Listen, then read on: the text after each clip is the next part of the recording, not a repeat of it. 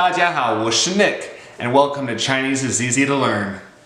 What's up everyone? I'm Nick, and today I wanted to make an intro video on why I think Chinese is easy to learn.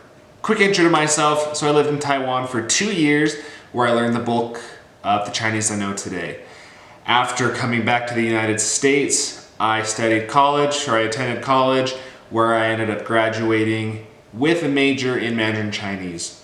After graduation, I interned for a company that took me to China, where I lived and worked in a factory, overseeing the manufacturing production of clothing and apparel.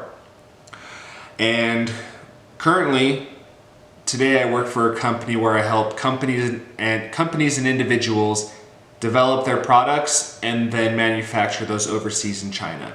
The reason I'm starting this YouTube channel is because I need to touch up on my Chinese, and I want to help you learn Mandarin Chinese and realize that Chinese is easy to learn.